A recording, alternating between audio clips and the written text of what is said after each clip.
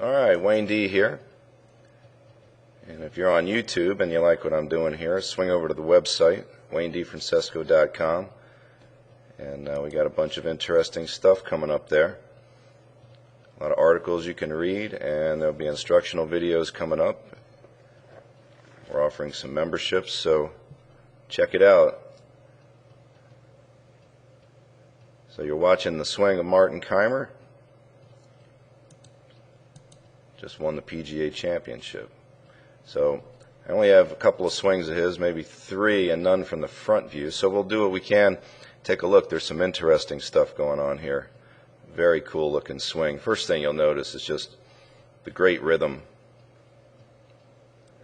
Very fluid, continuous motion, especially in the transition area, and that's where he really excels. The backswing is pretty interesting here. So when we watch it, first thing you'll notice is the posture is nice. That the hands are fairly low. He would appear to be about in the middle of his feet weight-wise, and not necessarily out on the front of his feet. So when he takes the club away, you'll see that the grip will move away from his legs,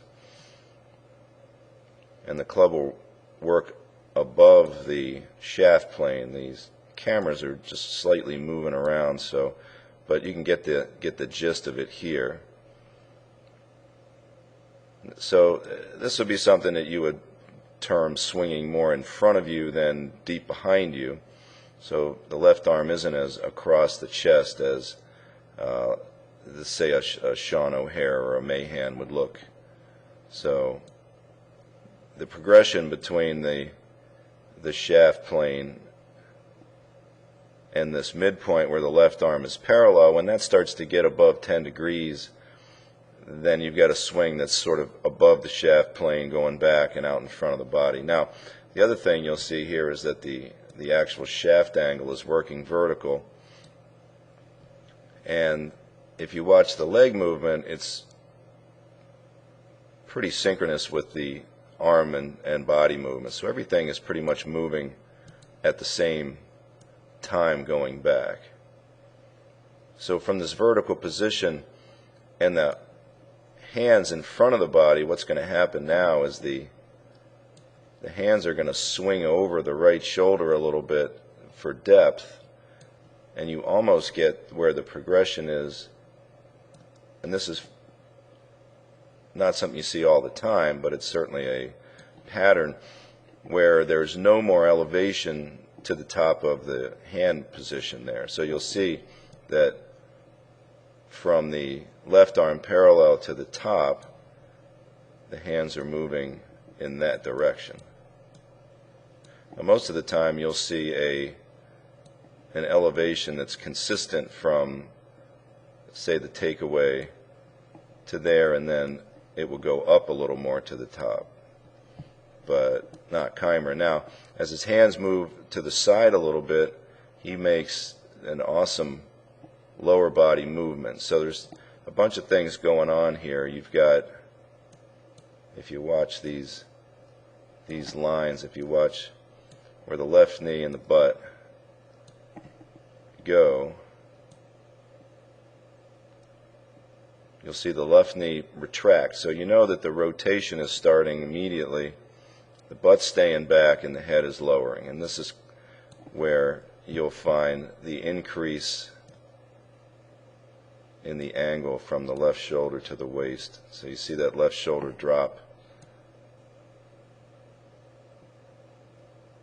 Now the approach is going to be slightly high, pretty much dictated by the positions he put himself in the backswing. But if you watch the hand motion, the hands will go hard down and left, and the club is lagging so much that what would appear to be something that would cut the ball doesn't. And he just puts a tremendous strike on it. And I wish I had a front view so I could see how much lateral is in this, but my guess is that there's quite a bit, even though the feet are really working quietly great there. So the legs even up pretty much right when the left arm is parallel, and that's a pretty classic move that shows you that the rotation is pretty immediate. And if you watch this divot, watch this divot. This divot is amazing. There it is.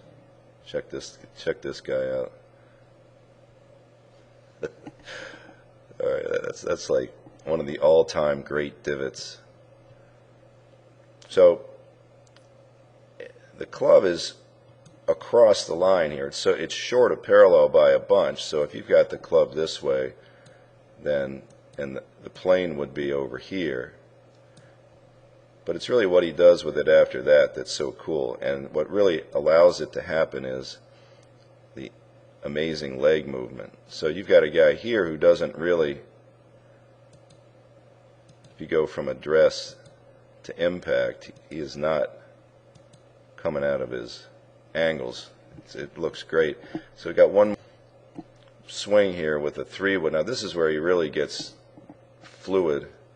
So you can see it again come up in front of him. Not much depth. And then he's got the club setting. I mean, he's just going to rip this thing.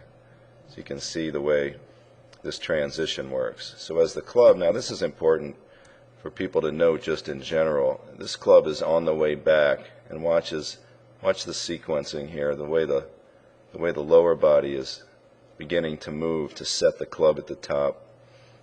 You'll notice that the right forearm, and this is another big key, never moves back behind him. Once it gets up there, it always kicks in. And even though this is a 3-wood, you'll still see the compression into the ground. You'll see the retention of angle, and then the lowering of the spine. Watch the head. There it is. So there's the legs. You can see them. They're probably even, since he's aiming a little right. The camera's not quite right here. That's probably even there. You can see the hands are almost above where the left arm is parallel to the ground. And he's even going to take a divot with the 3-wood.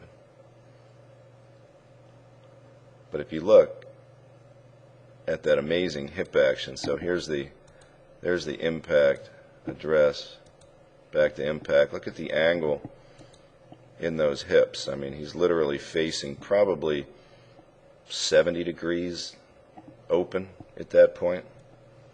So I love that movement.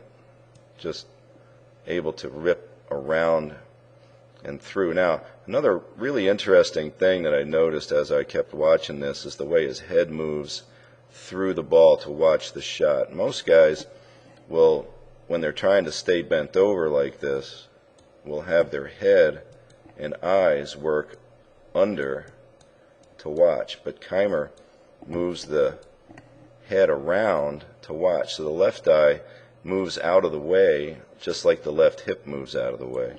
And then if you go back to the iron shot, you see it the same thing. So right there, see, that's different. That's a different way to look at the head, or look at the ball coming off when the head rotates right around there instead of trying to keep the eyes more vertical. So I think that really helps in the release action and gets the arms to flow around. And I always like guys that deliver the left side so much that the left forearm is pointed that way instead of up here. So I've never been able to quite do that, but I really like that. So a very cool swing, and a lot we can learn from, definitely from that pivot movement through the ball.